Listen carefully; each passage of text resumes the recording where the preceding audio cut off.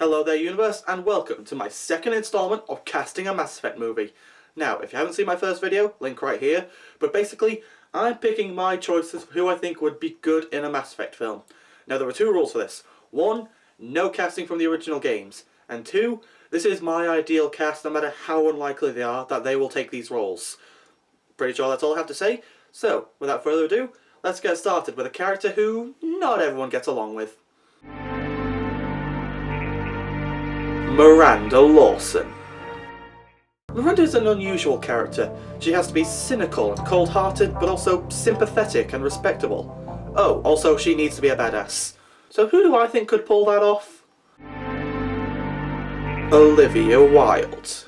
Olivia over the years has created a very diverse range of roles for herself, doing everything from hospital dramas to indie comedies to the most important genre, sci-fi and action.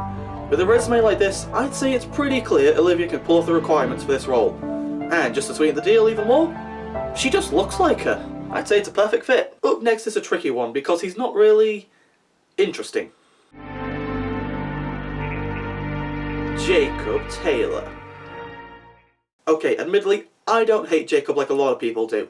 In fact, he's not even that bad of a character. It's just when you compare him to all the other characters in Mass Effect, he's just not that interesting. But that doesn't mean I skipped out on getting a damn good actor to play him. David Ramsey. Best known as John Diggle from Arrow, the two characters actually have a lot in common. Former soldiers turned private security, have massive family issues, they both really like scowling. He's a man who's clearly prepped for the role, and hey, he's pretty good in an action scene. I'd say it's a damn fine choice. And now we get to the bitchiest, the meanest, the most sadistically, horribly cruel person to ever ride the Normandy. And she's fucking awesome! Jack. How do you sum up Jack in one sentence? She's a psychotic, sadistic, sarcastic, sociopathic lunatic. But with a heart of gold? So this was a tough one to cast because we need someone who can be brutal and powerful Jack from Mass Effect 2, but by the time Mass Effect 3 came around, she did let the cracks in her facade show. So eventually, I was able to settle on Charlize Theron. Do I literally need to say anything? It's fucking Furiosa. I'd like to see you argue why she shouldn't get the role. Up next is the very model of a scientist Solarian. Mordin Solus.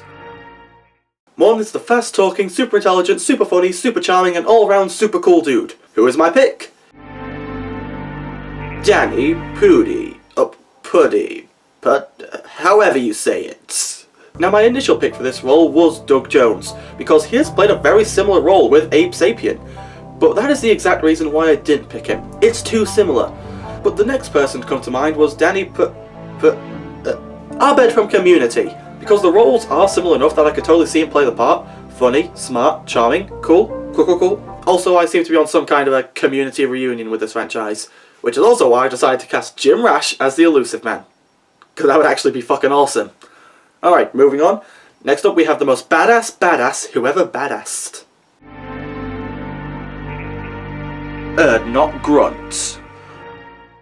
Grunt is sort of the pinnacle of what a Krogan is. They're rash yet oddly charming, tough and prefer to solve their problems with actions rather than words, mostly because their voices are so gruff that you can barely understand them. Say, you know who sounds like that? Vin Diesel.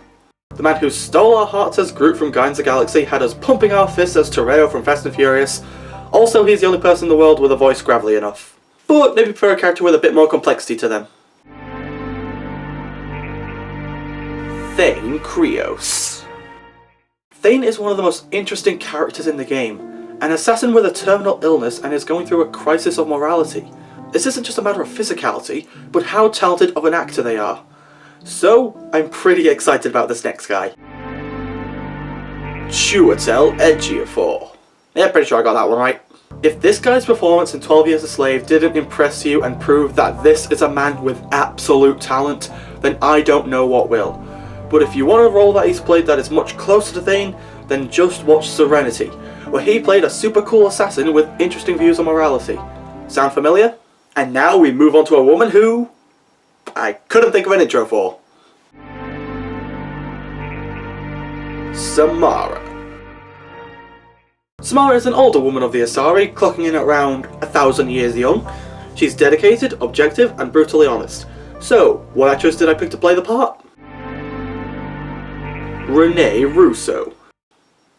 I know this is usually around the point where I explain why I picked an actor, but honestly I don't have that much reason why I picked Rene Russo. She's a really good actress, she's around the right age, that's kind of it. Yeah, I don't really care if Samara's in the game or not, I barely even tried with this one. So, let's get to someone who I did try with. Legion. Legion is a member of the Geth, a synthetic race who worships the Reapers as gods, but Legion is a collection of Geth programs that disagrees with that ideology. Yeah, that's the best way to sum it up. Now, this is a character that is hard to pull off because technically Legion doesn't have a gender and is supposed to be very objective in their voice. Also, of course, they're going to be motion capture. So for this, we need a motion capture expert who has played a wide variety of characters because of it. Andy Serkis. Gollum, Caesar, Haddock, Baloo, Snoke. Don't you tell me this isn't a man that has a wide variety of performances using motion capture. He is an insanely talented actor and is the king of performance capture. I don't think anyone is more qualified. Hey, speaking of AI. Edie. Now, despite the fact that Edie is an AI like Legion, she is an AI that is able to learn and adapt, which means she is able to express emotion and have opinions. But she is intelligent and for the most part objective and likes to spout a lot of science shit. So, who did I go with? Jessica Chastain. This is a woman who has really made a name for herself in the world of science fiction with Interstellar and The Martian. But it's not just that, it's the type of science fiction, which I like to call smart science fiction.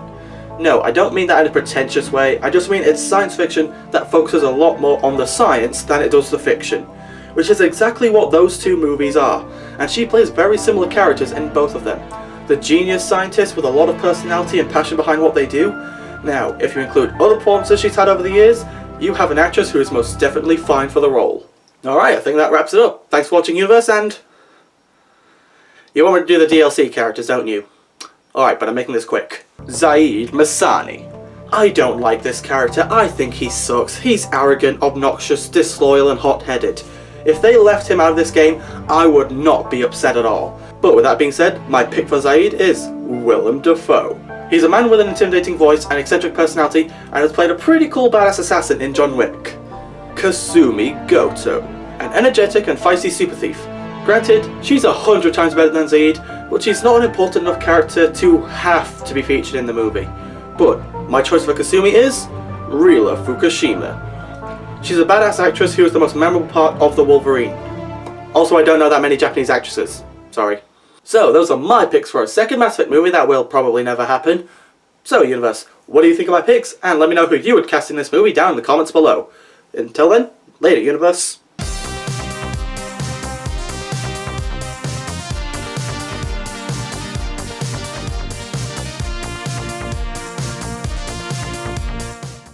I am the very model of a scientist Illyrian. I've studied species Turian, Asari, and Batarian. I'm quite good at genetics as a subset of biology because I am an expert which I know is a tautology. My xenoscience studies range from urban to agrarian. I am the very model of a scientist Solarian. Yeah, it was better when Morden did it.